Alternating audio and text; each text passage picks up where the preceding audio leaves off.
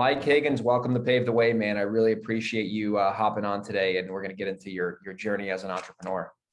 Thanks, man. Long time coming. I'm super pumped, man. Thanks for I having me. I know. Yeah, it's been a while. I mean, I know we've been gone back and forth quite a bit on Instagram, and it's funny nowadays, like Caroline thinks it's strange that like I meet a lot of strangers on the internet and become friends with them. She thinks it's some sort of a catfish thing. And I'm just like, that's just the way our business works. Like a lot of real estate guys just connect and they're all over the country. And like the only way you're really going to connect with them is going to be online on Instagram and then the phone and then Zoom. So I've met a lot of great people virtually. And there are some people I still have great virtual relationships that I've never met in person. And most of the sellers I talk to, I never meet them either. So yeah, it's powerful to see how you can do this in 2021 without people thinking it's all weird. Like back in 2010, if you're like making friends on the internet, that was a little like, I was gonna rewind the clock 10 years, you'd be like, you're a creep. But yeah, but like, now, you know, like go follow like the van with candy or whatever. But I'm glad we got you on the show. I'm really looking forward to getting into your business model. You're in Wisconsin, you're in a smaller town. So a lot of people, you know, they think this only works in big cities. You know, they think this, like, oh, you got to be in Dallas, you got to be in San Diego, you got to be in Manhattan or whatever, Miami, but you're doing this in a suburb of Milwaukee. I believe you're 2 hours north. Yep. And you got a great business, you know, and you got a lot of freedom. So I'm looking forward to kind of jumping into how you did it and what you're doing to be successful. So the listeners can obviously take some nuggets, as they would say, and apply that in their own businesses. So before we get into the nuts and bolts now, how did you get into being a real estate entrepreneur?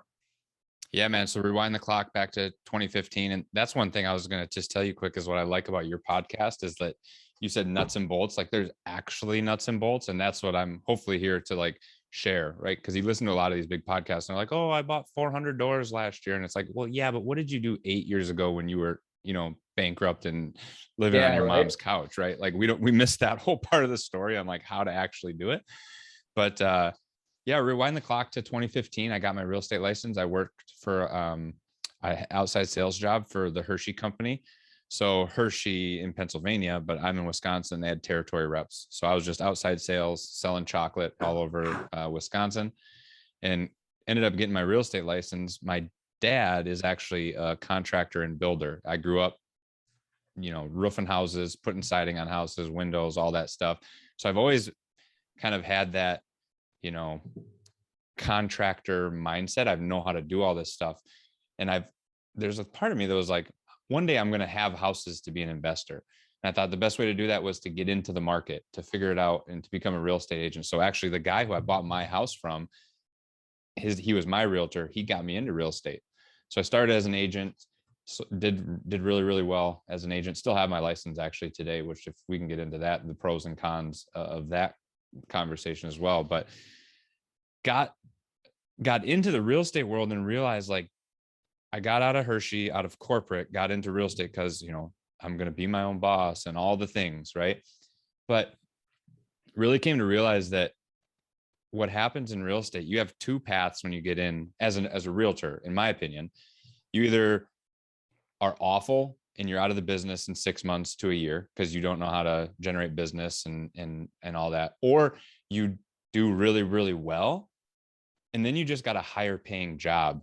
Mm-hmm. You don't have any time. Like you do really, really well, and you're on call. You're showing houses at 7 o'clock at night. You're writing offers at 9 o'clock at night. You're staying up till 11 to see if you heard back on that offer, and then you wake up the next day and you do it all again, right? So glad that I finally found real estate investing and decided to just go all in on that. And because just the time freedom, it's not when you're getting into business, you think about money a lot, and yes, you can't do much without money, but time is the differentiator in all of it. And I feel like finally started to get some of my time back.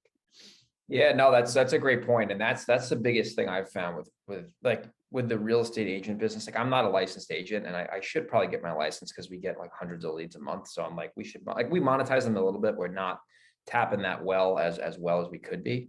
Yeah. But the thing with the agent business, and I've noticed this, and I work with a lot of real estate agents. We sell a lot of wholesale deals with them. We have them list our houses. We have them rent our houses and our buildings and all that. And like you said, they're either going to be a clown show or they're going to be really good, but really busy. And the biggest thing with realtor, like I feel like wholesaling houses and being an agent are very similar. And it's the exact same job, dude. Just wholesalers make way more money. They make way more money. And that's what I've understood. I'm like, you know what? It's And easier realtors think it's illegal. Like they think you're up to no good. Yeah, they think you're like ripping people off, which is we can Right. talk about. Actually, let's cover that right now. This is something I've wanted to mention for a very long time, and people don't 100%. realize. I get super fired up about this because I Oh, am an agent, was an agent, and I just like, so go ahead. Sorry. and you But yeah. wholesale, and you wholesale. So here's the Right. thing with wholesaling. This is why I never feel bad about getting a house as cheap as possible. Number one, you and I know what we're doing. We've been doing this for a while. We've done hundreds of deals. So this is not like we're our first rodeo. Number two, I am so honest, and Brett on my team is so honest with the homeowner about their options and what their best interest is. I over disclose them that you're selling this below market value, you're selling at a discount, you're leaving equity on the table. And if you list the house on the market, you will get more money guaranteed. And when they don't want to list the house for whatever reason, and they want to sell for cash, it's a voluntary transaction. And they know that I'm an investor making a profit. I can sleep like a baby at night because it doesn't bother me whatsoever. The problem I have with this is when there's these knuckle dragging Neanderthals that listen to some asshole on the internet and they're telling them to like lie to the seller about realtors ripping them off and you're going to do better if you sell for cash. Like that's where this business, that's why wholesaling is going to be regulated eventually, because there's bad information out there. But and also I can close too. So I'm going to buy the house either way, unless I tell the seller, I don't want to close on this. I need a 15-day contract contingency. And if I can't find a buyer, I'm going to leave. And if they know that going in, that's fine. But I'm going to buy the house either way. So I feel like wholesaling is just like you said, a more lucrative way to transact real estate without having to own it, if that makes sense.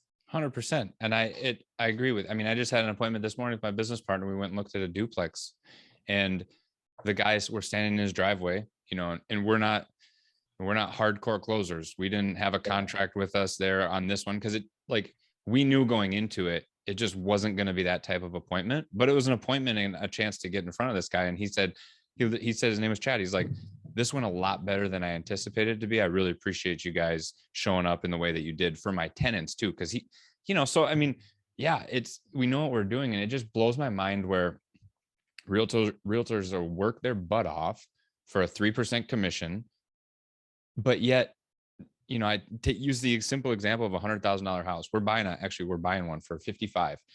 ARV on that thing is probably 125, 145, somewhere in that range, right? So a realtor's thought process is like, okay, let me go and list this thing for 145 or 150 for ease of numbers. I'm going to get 3% of that. I'm going to make $4,500, right? That's what they're going to make. Yeah. I'm sitting here thinking, okay, let me go to the seller, see if I can solve the problem. Oh, she is in a place right now where she's trying to qualify for Medicare. She has to sell the house because it's an asset. It needs a lot of repairs. Like we're going to buy this thing at 55. We're going to put 25 to 30 into it. Now we have an asset worth 150 that we're all into for 80 to 90. We're going to refi out of that. We're going to keep it as a rental. Oh, by the way, it's right across from the biggest air show in the country that comes into our area for a week every year. We're going to Airbnb that for probably $10,000 that week. And then everything else is just going to be icing on the cake. Like that simple shift in somebody's thought process.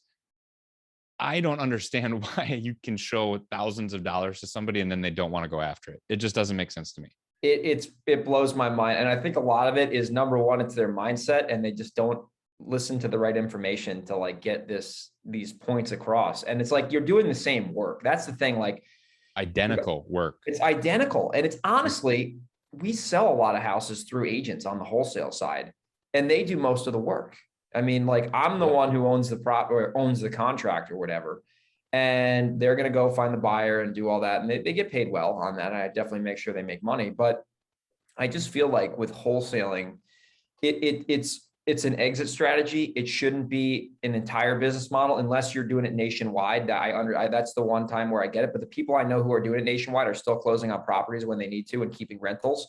And if you just get good at finding deals, like, and that's the thing I've noticed now, like, as like I've done this business for a while, if you're a realtor and you want to be successful, like if you just get good at generating leads, like you're going to make $100,000 a year. It's not going to be that. I mean, it's not going to be easy, but you're going to be able to make $100,000 a year if you know how to. If you get 2 to 3 leads a day and you make one listing offer a day, there's no way you're not making 6 figures. I don't care what market you're in. You know, you do 2 deals in San Diego, you'll make 6 figures. But if you're in a cheaper market, you got to do more volume, but you're going to have more consistency and you're going to have less income swings. But it's a function of generating leads. And then when you get the leads, if you're a realtor, present listings, be a cool person. Like a lot of people, this is what I've noticed too. And this is like, I compete with a lot of investors. My markets are very, competitive, cutthroat, whatever. Any market's competitive now. But I am so certain that I can do a better job than my competition, even though I know them and they're my friends. But I just know for a fact that I can serve that customer most likely better than anybody else. Right. So when me and Brett are presenting offers, we are convicted on the fact that we're there to solve their problem. And we have sellers a lot of the time say, you know what? We feel like you guys have been more honest with us. You've been more open with us. And we really like you guys better. We have higher offers. So either we'll take your lower offer, or if you can match the offer that we have that's higher, we'll sell you the property. Right. They give you the opportunity to come in after everybody else comes in because they trust you and they're like, hey, or at least get close. Right. Mm-hmm. That brings up two thoughts though. And that was really my aha moment as a realtor. And I still do retail real estate for friends, certain price points, and then also past client referrals, right? Like I still do that. So I still have a heart for real estate. I just think most of them are idiots because they don't look at this opportunity, right? Yes. So two things I think of is realtors don't get paid a salary. Wholesalers don't get paid a salary, right? At the end of the day, you have to go out and hunt and kill it and bring it back and make money. So why not? You're going to find the seller, like you're both going out to find a seller right now. Why not just shift your messaging to purchase instead of represent? That little shift for them, like you don't get paid unless you sell something. So you're both going out to try to find the exact same client. One person's going out there offering a solution to buy a house and one's offering it to list a house. The guy that's buying it is making way more money. Why not just shift that verbiage, right? And oh, by the way, it brings me to point number 2. Is when you're licensed, you've just created a second business. Now you have 2 businesses because like we have, you can go and wholesale the property, or like we flip a lot too. You can go directly to the seller to buy it, to flip it or wholesale it. Oh, it doesn't work for a flip or a wholesale. Let me send it to my team and list it. And now we can make money on the listing side of things. So just that simple shift literally gives you 2 businesses in one. But you're right. I mean, people are so stuck in their ways and they just don't look at it. It's so true too. Like you're already in their kitchen presenting the cash offer. And if you're upfront with them and they like you and they just don't want to sell at a discount, if they already like you and they trust you, they're going to take the listing. It's a no-brainer. It's like you're there to solve their problem. Dude, we had a house one time. I'll never forget this. This was actually this year in January. So this guy reaches out to us. This is like a unicorn deal, which probably will never, maybe once every 5 years. This guy calls me up. His name is Philip Kim. And if he's listening, Philip, you're the man. He had a house. It was a sticky situation. He actually never told me what was going on. And, I didn't want to get into his business, but long story short, he brought $70,000 to the table, 70 for us to buy this house because he had a mortgage on it. He just bought it. He was in a pinch. He needed to sell it or whatever. So he basically paid us 70 grand for us to buy the house. And here's the thing. There was other investors competing for this property. And I only met the guy once. I went to the house once. And he sold to me at a cheaper price versus my competition. This is why. I told the guy 7,000 times, if you want more money, you should list it. I'm not forcing you to sell this to me. I want to be an advisor. I'm here to, do what I say I'm going to do. But this is not a pressure sale. You're going to get more money if you list it. And I promise I'm not going to be upset if you don't sell it to me. And because I was like kind of pulling away, like just to be honest with him, he knew that I was not going to fuck around when like it actually came time for him to decide. So he just sold to me for less because of the trust factor that was built there. And that's what people don't do is they don't understand how to communicate with somebody effectively, show them that this is a voluntary transaction. They have more than one option. And when they know all their options and they decide on their own that they don't want to list the house for some reason, it's going to be very easy for them to sell you their house because they already know, like, and trust you. And that's how you get killer deals. I mean, our deal size is huge. Our wholesale deals are like 30, 40 grand, and like, that's not, I mean, our markets are expensive, but I mean, that's the power of being able to really sit inside or be on the phone and solve somebody's problem. And a lot of realtors, when they start out, they don't study communication. They don't study the art of, influence and how to build trust and how to build trust-based rapport. And they just go out there and they like take some bullshit training from their brokerage and they fall flat on their face. Well, I think that's part of the model too. Like they're educated in only one way to think, right? Yeah. So it made me think of two different things. Like if you're a realtor, and I mean, there's probably not a ton of realtors. Like I said, they don't think with the investor mindset. So unfortunately, they're not listening to this podcast. Probably, they're Yeah. trying to go get more listings. But if you literally just said this, if I'm sitting across the table like from you, like I am right now, and I said, Greg, just hey, Greg, out of curiosity, I got a blank check here. I slide it across the table. What number has to be written on that check for you to sell your house today? I love that. You know what I mean? And like, because maybe it's not, and going back to the education piece, like somebody's in foreclosure, right? They're probably not going to tell their real estate agent that on the first meeting that they ever have with them. But the only thing in their mind is like, oh my gosh, I got to sell this house because I'm underwater. What I have to do is put it on the market. They don't even know there's other options because it's the only way the public has been educated as well, right? So, and what you were talking about with this deal of like almost just this like negative reverse selling, Yeah. but you're being super honest with them. It Exactly. reminds me of what Dan Sullivan, so he's the founder of Strategic Coach, which is a big coaching platform. He has this phrase that he talks about is always be the buyer, meaning like if you're always the buyer, even though we're, like we sell houses, but you always be the buyer means you have the opportunity to say no in every situation. If you're the salesman, like you're going to get shut down by buyers. But if you position yourself to always be the buyer, which is exactly what you are, at the end of the day, it's your decision. And if you stand true to your values and your morals and what you say you're going to do, you're going to have more opportunity, which is going to give you those unicorn deals, which for you, when you show up like that, the unicorn deals for everybody else it's just a Tuesday afternoon for Greg. You know what I mean? Yeah, that's so true, man. And that's why I like getting the right information and taking the right action is the name of the game. So fast forwarding to your journey now, like what does your business look like today from like exit strategy, perspective? Yeah, man. Like like I was telling you before, we do it all. And listening to your podcast is like a breath of fresh air compared to a lot of other ones because people are just real, right? And I always joke like I'm an interdisciplinary investor, and meaning like kind of I've always been a jack of all trades. And I read these books like The One Thing, which is an awesome business book, but I struggled just doing one thing. I have 4,000 ideas. Maybe you can relate. Like you're always going in 100 directions, right? And it's really fitting because even when I was in college, like I went to a local state university, and if you look at my like degree, I went to school. Sorry, that'll flip here in a second. I went to school for business, and then I went for kinesiology, and then, like I changed my major 400 times, right? So I get my degree is actually an interdisciplinary studies degree with a business emphasis.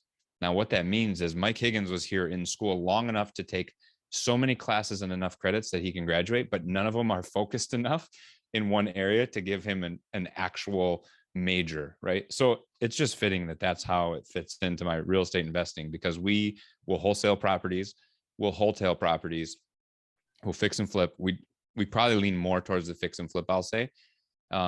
We do BRRRR strategy deals. I've done a couple sub 2 deals, and then we hold rentals, like regular rental portfolio. So really, like we focus on what's the highest and best use of this individual property. 123 Main Street, what's going to give us the most amount of profit or long-term opportunity? And we just, I say it's an art, not a science. Like there's no specific, you got to take a lot of different things into consideration. And then sometimes it's just a gut feel for your market. Part of the equation is just how long have you been doing this and how well do you know what you're doing to make these decisions? So long-winded answer to say our main business strategy is find a motivated seller and then figure out the rest later. Yeah, I love That's that. it. And that's my model too, man. That's a lot of smart people's model, because you can't just pigeonhole yourself into one exit strategy, even if it's the right thing to do or whatever. I mean, when it comes to the BRRRR, I want to kind of cover that because this is something that's gotten very popular over the last 2 years. I started doing them, and it's something that is like, I wish I knew about this when I started, because it makes a lot of sense when you think about it. So I'll explain to the audience what a BRRRR is, and then we'll talk about how you're doing it in your area and what you kind of look for to make sure that a property is quote unquote BRRRable. So a BRRRR is basically when you're buying a property generally off market and generally at a discount, and you're renovating the property just like you would a regular rehab. and your basis is so low compared to what it's really worth, instead of selling the property for a net profit, you're refinancing the property and you're pretty much getting your basis, which is what you kind of owe on the property. Usually it's hard money plus the purchase price, plus the holding cost, plus the rehab. And you have like basically a zero basis. And then from there, it's generally cash flow. So you're basically flipping the property, but instead of selling it, you're just refinancing with a bank and putting long-term debt on the property, keeping it as a rental. So in Wisconsin, obviously it's not as expensive as San Diego or New York City suburbs where I am. What do you look for when you want to do a BRRRR on a property? Yeah. And the one thing I'll add to that BRRRR is if you get it really, really good, it's almost like two deals in one, because you get the opportunity.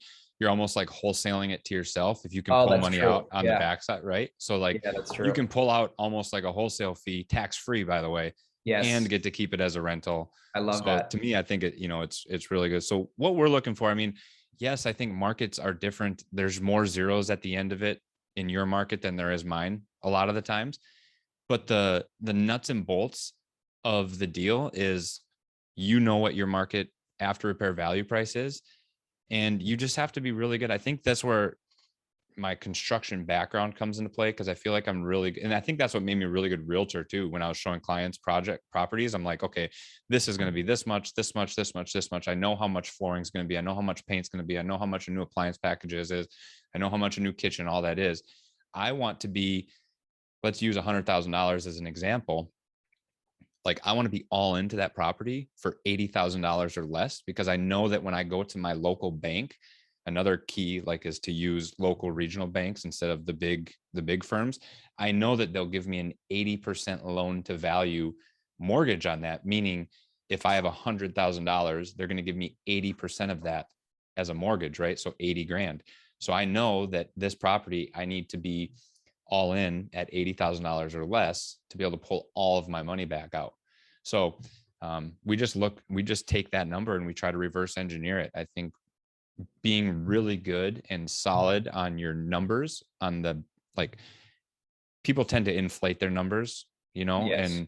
and they're not like, we will go on the extreme other side of that, where I've lost deals because I was too conservative on my ARV.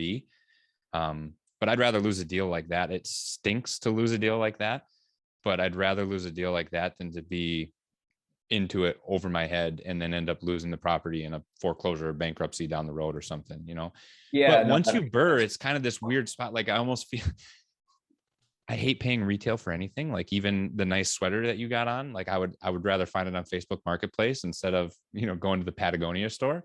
Yeah. Right. And paying retail for it.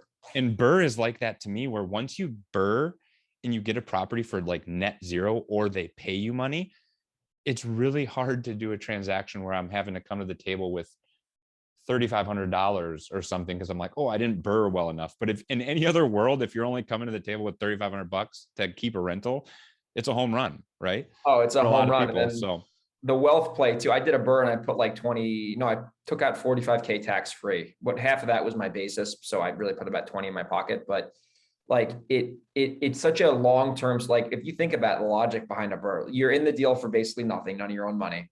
And then in 30 years, it's paid off. Now you have a house free and clear, cash flowing, and you have a multi six-figure, freaking asset free and clear. If you have 5 of those, you're a millionaire. You have 10 of those, you're a multimillionaire. So just the long-term play with BRRRR is such a beautiful strategy in terms of being able to scale your rental portfolio. What do you look for on the cash flow side, just to make sure that that property is worth keeping and dealing with the maintenance? Because that's something I run into in New York a lot, is like the BRRRR makes sense from like a buy and refi and rehab.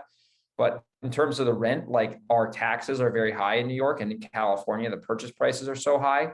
When you factor in putting a mortgage on it, it's going to cash flow negative. So like I have to flip a lot of those homes. Well, right. What do you look for in terms of a minimum cash flow in like the Midwest? Yeah, I think that like I've always thought of like $200 a door being kind of like the baseline. Like this makes sense, always wanting more. But that's not saying if my rent is 1,000, my mortgage is 800. Like that's not cash flow, right? So if my rent is 1,000, I'm super conservative. Like I'll take 20% off the top for vacancies, capital expenditures, all that stuff. And then I'll kind of reverse engineer that back. Then I'll take my mortgage out. So really instead of using 1,000 before my mortgage, I'm probably using somewhere around like 800 and then pulling my mortgage money out of that number. So that's what has to be a minimum of 200 or more. So, I mean, I would say at a very like general, that would be the baseline. And that's, we've talked about, you and I have talked back and forth a little bit about commercial in the past. And it's kind of where I'm at right now, is trying to decide to pivot if I really want 45 single family doors at $200 a month, or do I want to buy one mobile home park or one storage facility, right? I know you had Mike Wagner on talking about storage facilities a while back. You were talking about mobile home parks not too long ago. So that's what we do right now for single family, but I don't know if a massive single family portfolio is how we're going to do it. But again, going back to like everything I do in life, like I'm not going to turn them down. So I'll probably have, if you look at my portfolio in 10 years, probably have some single family, might have a storage facility. I'll probably have a mobile home park. I might have a warehouse, I might have a hair and nail salon. I don't even know. But and that's just the beauty of being able to be like a deal maker versus like just a fixed one person do it. Like if you know how to do all these types of deals, you have more tools in your tool belt to solve problems ultimately. And that's why I see a lot of investors fail, like especially in my markets, like competitive, expensive, and they're just trying to assign. And I'm like, dude, if you're just trying to assign, like you can do it. It's not impossible. It's very possible, but you're painting yourself in this corner. And you can have a home run opportunity. Like I'll give you an example. So like there's a lot of properties that I buy with bad tenants. When I say bad tenants, I mean they haven't paid in a while. And if the numbers pencil out, I don't care. It doesn't matter to me. I just bought a property with bad tenants last week. And a wholesaler get a lead. They'll say, oh, this seller's motivated. There's a bad tenant in there, and they'll sell at this great price. But generally speaking, it's a lot harder to wholesale a property to a cash buyer with a bad tenant in there, because most people are not like me and they don't want to buy with a bad tenant. And I understand why. But if they are just fixated on wholesaling, that could be a $30,000 freaking flip or whatever that they could have, but they can't find a buyer. And all of a sudden that deal turned into nothing. So I always tell people, listen, if you're local, team up with somebody who knows what they're doing. If they're in Wisconsin, they should call you. If they're in New York, they should call me. If they're in San Diego, they should call, so it's like align yourself with someone who knows the business, who's been doing it for a while, and then bring opportunities to them if you'd like, and then they'll evaluate them for you and they'll tell you what a deal would be. And then if you want to JV with them, great. If you don't want to JV with them, no problem. But at least get yourself in the door with someone who knows what they're doing so you can maximize your leads. Because I see a lot of people, they generate leads, but they just don't know what a deal is. That's the biggest thing in my market, is that people get leads, but they don't know what the numbers are. Like they don't know what a deal really is. Because again, in our area, like the inventory is not homogenous. It's all different. So like 300K could seem like a good deal according to some guru on the internet, but like if I know about it, maybe it's in a bad school district and it's a weird house and there's like a railroad track bedroom thing or something like that. So there's like these little nuances that you just have to know from experience, and it holds a lot of newer people back. So the quicker you can align with someone who knows what they're doing and you bring them value, the easier it's going to be for you to cut your own individual learning curve. 100%. I mean, I think that's the name of the game, is bringing, like you said, bringing value, not just the, hey, can I take you to coffee to pick your brain? Garbage. You know what I mean? Like, but garbage. Truly bringing you, hey, Greg, I got this deal. I think I can make 25K on it. Like, would you go 50-50 with me? I'm like, yeah, I'll look at it. It's a no-brainer for me to say that. Yeah. I'm like, right. Of course, it's a free deal for me. Because people think like, I think people underestimate the like intellectual property they have in their brain about like all this time that you've taken to learn and network. And, I have like my business partner right now in our home buying company. Like I'm more of a visionary and he's more of an integrator. It's great. We were talking about operations earlier. Like he's my operator guy, but what I maybe don't do in the day to day, but I bring to the table is like, I have a crazy good network, guys like you that are well-known, guys locally, where I have opportunities like will pop up, and like that brings more, in a kind of indirect way, will bring more opportunities to our company as a whole. And the only way that I got those opportunities in that network is because I reached out and provided value to those people initially, right? I went out and made contact. I didn't just sit back and let it happen, right? So totally, you're 100% right, man. 100%. Totally, man. Totally. So we covered the rental side. So now on the fix and flip side, we'll get into that. And then actually, let's get into a little bit more on the marketing. So what are, and then that's like a very popular question that people always want to know about. I love talking about marketing. It's really the skill that will pay you forever, if you ask me. What are you guys doing on the marketing side to bring in some deal flow on a monthly basis? Like everything else, we're doing everything. Everything you think, right? So last year, during the pandemic, I was doing a lot of texting. And we were using all the different lead Sherpa we started with, and then batch leads and launch control and all that. Yeah. Right. So then texting in our, has started to kind of decline. I think all over the place. It's been tougher and tougher. Still working pretty well. It still works great. Yeah, it's a lot of, for a person, when you're a small show, like it's very labor intensive because you have to be sitting on your computer replying back and forth to all these people. So if you have somebody set up to do that for you, it's probably a really good option. For us in the Midwest, it just like I told you before, we're 10 years behind you in San Diego and New York, right? So like people just got their flip phones open. So we're still doing, so texting here was tough, but direct mail has been a staple. I mean, mail's not dead. Channel. It's been good. And I think as long as the key with direct mail, man, is like, there's no secret. Like we follow Ryan Dossi model, right? Like at Ballpoint Marketing, his messaging is pretty simple and pretty to the point. It's like, hey, I'm interested in your house at 123 Main Street. I'd be interested in making an as-is offer. If you'd consider selling, give me a call or text me back. Like there's nothing flashy, nothing crazy. But what he does and what other successful guys like you do is they're just consistent and they send that mail all the time. And they kind of go above and beyond. I think like this is where I think like boots on the ground and having knowledge is, it's the prop streams like has a lot of really good data.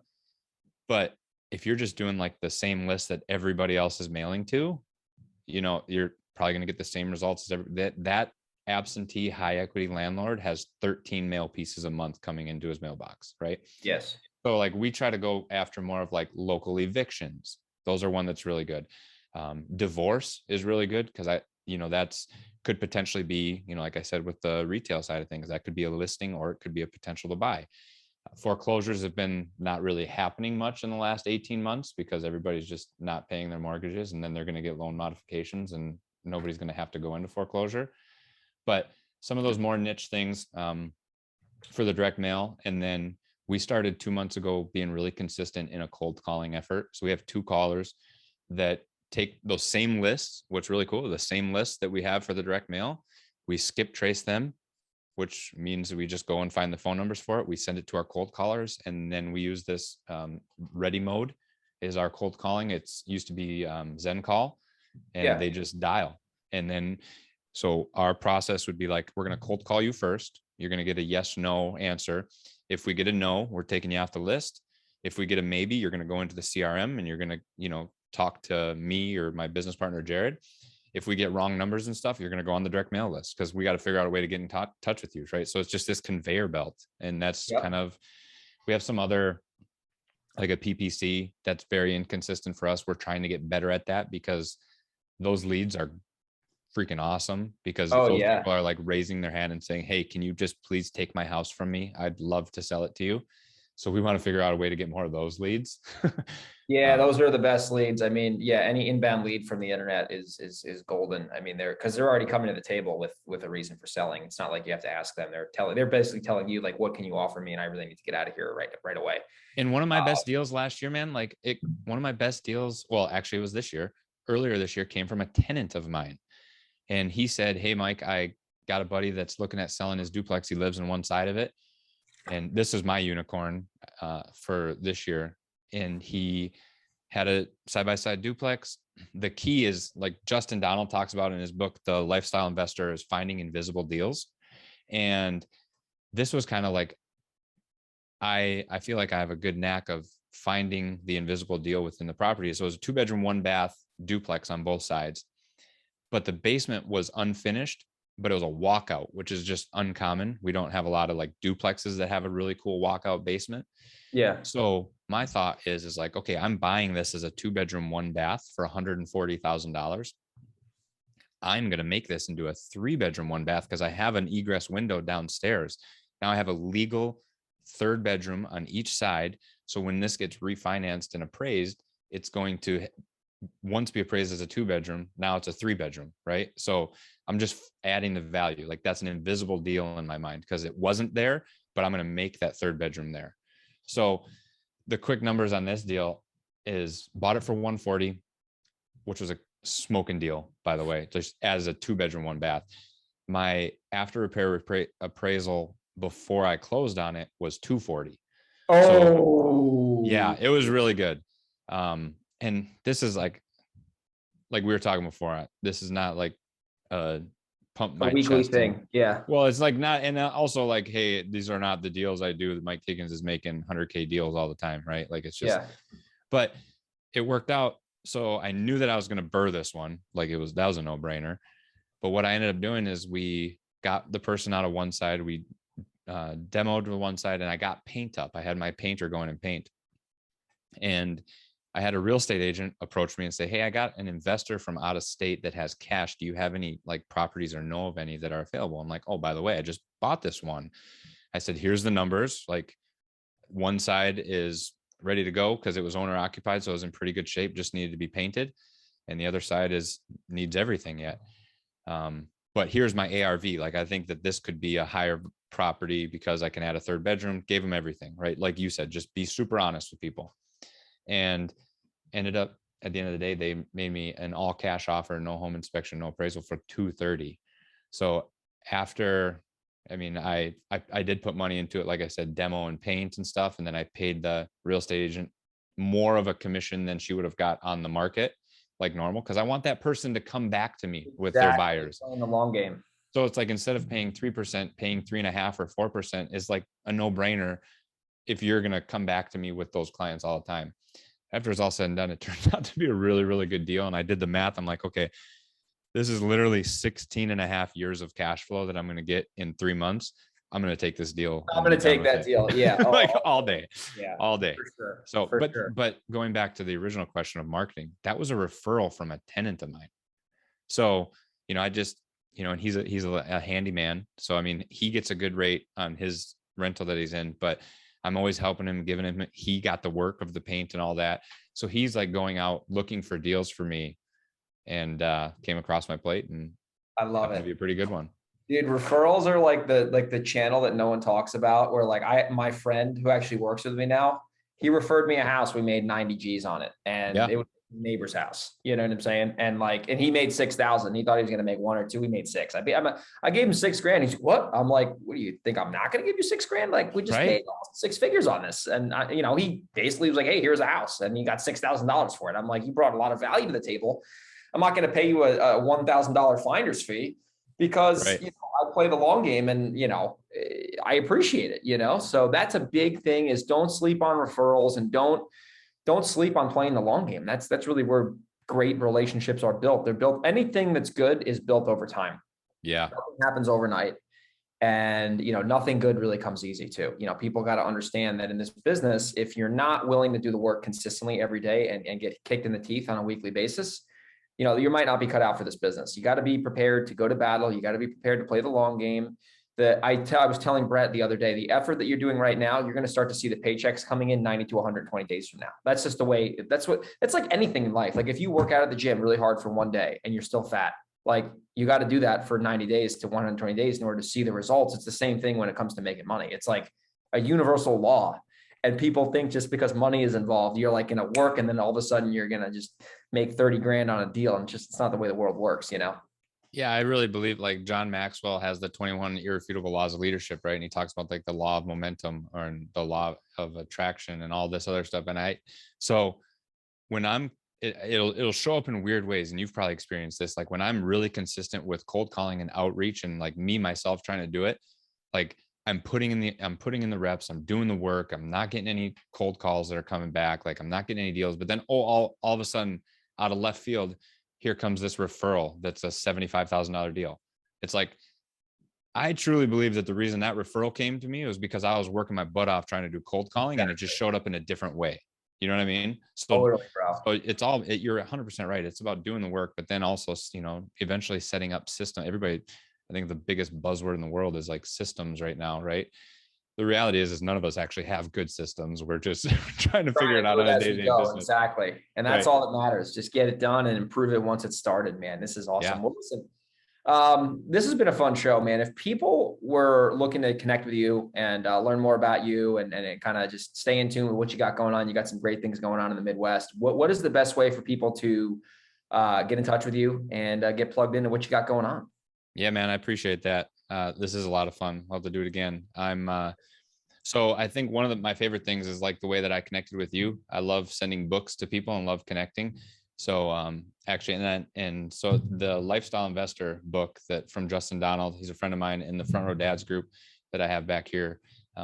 He actually wrote this book. It became a New York Times bestseller. And I truly believe that this book isn't just, I mean, he does a lot of real estate investing, but I believe that this book will be similar to how everybody in our world talks about Rich Dad, Poor Dad. Like, it's just a really good, like somebody's going to say in 15 years from now, oh, I was reading the Lifestyle Investor and I just got the aha moment, you know? So I actually am going to have my assistant create a link, meetmikehiggins.com/Greg. And I'm going to put together a resource page of all my favorite things. And then just all of the things that we use in our business, because I want to just be as nuts and bolts as possible. But then that'll give me an opportunity to send this to one of your listeners. So I want to send that book out, but you know, like all the other things, Mike Higgins on Instagram is probably the best way to connect.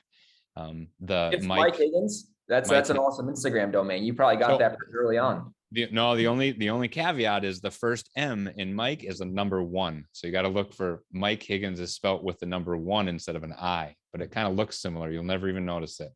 Okay. Until I point it out. Anna listens to this. So M1KE. Yeah. M1KEHIGGINS. We'll put that in Instagram, and then meetmikehiggins.com/Greg. By the time this podcast airs, that'll be all set up and we'll have that ready to go live for the audience. So listen, Mike, been a pleasure talking with you. Love to have you back on in the future. That'd be great. We could do a part 2, and hope you have a great day. And I appreciate the value you brought to the listeners. Yeah. Appreciate it, man. Good talking to you.